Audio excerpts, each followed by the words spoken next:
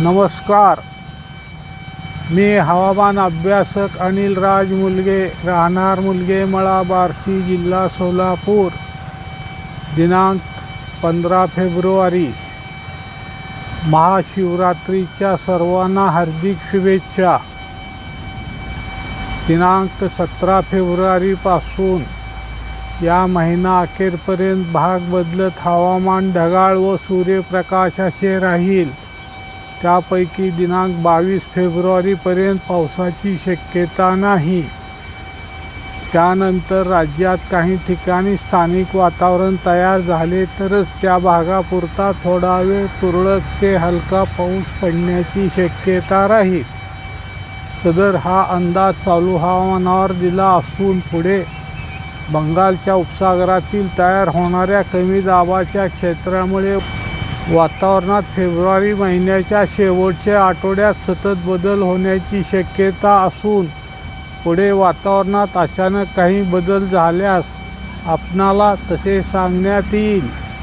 तसेच दिनांक 17 किंवा 18 फेब्रुवारी रोजी बंगालच्या उपसागरात तयार होणाऱ्या क्षेत्राचे जाण्याचे 2 मार्ग सध्या दिसत असून त्यापैकी एक मार्ग तामिळनाडूच्या दक्षिण भागातून अरबी समुद्राकडे जाण्याची शक्यता राहील व दुसरा मार्ग बंगालच्या उपसागरातून उत्तर पूर्व दिशेस सरकत म्यानमार देशाकडे जाण्याची शक्यता दिसत असून जर हे कमी दाबाचे क्षेत्र म्यानमार देशाकडे गेले तर आपल्या राज्यात शेवटच्या आठवड्यात पावसाची शक्यता कमी राहील.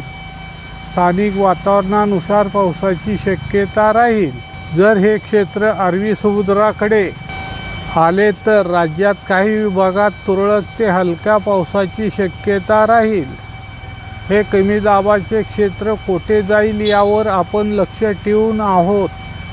जसा बदल होईल तसे आपणास सांगितले जाईल.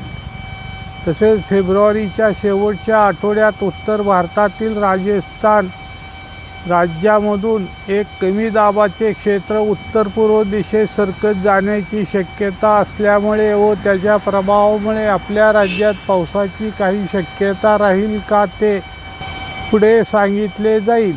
शेतकरी मित्रांनी आपल्याकडे भरपूर पाण्याची सोय असेल तरच उन्हाळी पिके घ्यावीत व ज्यांच्याकडे अपुऱ्या पाण्याची सोय आहे त्यांनी उन्हाळी पिके घेण्याचे टाळावे असे माझे वैयक्तिक मत आहे. शेवटी निर्णय आपण स्वतः घ्यावा. तसेच आता दिवसाच्या तापमानात हळूहळू वाढ होत राहील. तसेच पुढील बरेच दिवस पहाटे थंडी जाणवेल. सदर माझा हा व्हिडिओ आवडल्यास त्यास लाईक करा, सबस्क्राईब करा व शेअर करा. धन्यवाद.